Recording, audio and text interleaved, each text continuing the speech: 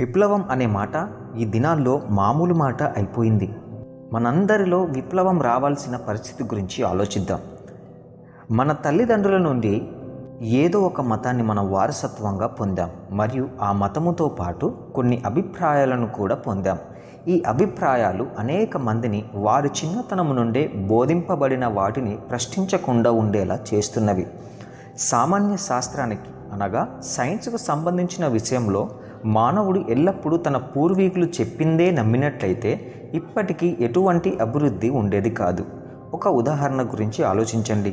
కొన్ని వేల సంవత్సరాల వరకు భూమి విశ్వానికి మధ్యలో ఉన్నదని, సూర్యుడు ఇతర నక్షత్రాలు భూమి చుట్టూ పరిభ్రమిస్తున్నాయని మానవులు నమ్మేవారు. కానీ 450 సంవత్సరాల క్రితం కోపెర్నికస్ అనే పేరు గల వ్యక్తి తన పూర్వీకులు నమ్మిన దానిని గూర్చి ప్రశ్నించి వారు నమ్మినది తప్పని రుజువు చేశాడు. మతానికి సంబంధించిన విషయంలోనే గుడ్డిగా వారి తల్లిదండ్రులు లేక పూజారులు చెప్పినవి నమ్ముతారు. నీ గురించి ఏమిటి? నీ మతపరమైన నమ్మకాలు ఏమిటి?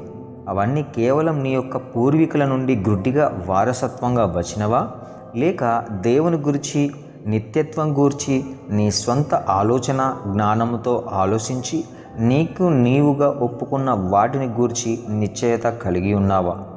యేసుక్రీస్తు ఇప్పటి వరకు ప్రపంచం చూచి ఉన్న వారిలో గొప్ప విప్లవాత్మకమైనవాడు. ఎందుకంటే ఆయన మానవుని లోపట నుండి మార్పు చేయడానికి వచ్చాడు. Blessed are they that mourn, for they shall be comforted. Blessed are the meek, for they shall inherit the earth. Blessed are they which do hunger and thirst after righteousness, for they shall be filled. Blessed are the merciful, for they shall obtain mercy. Blessed are the pure in heart, for they shall see God.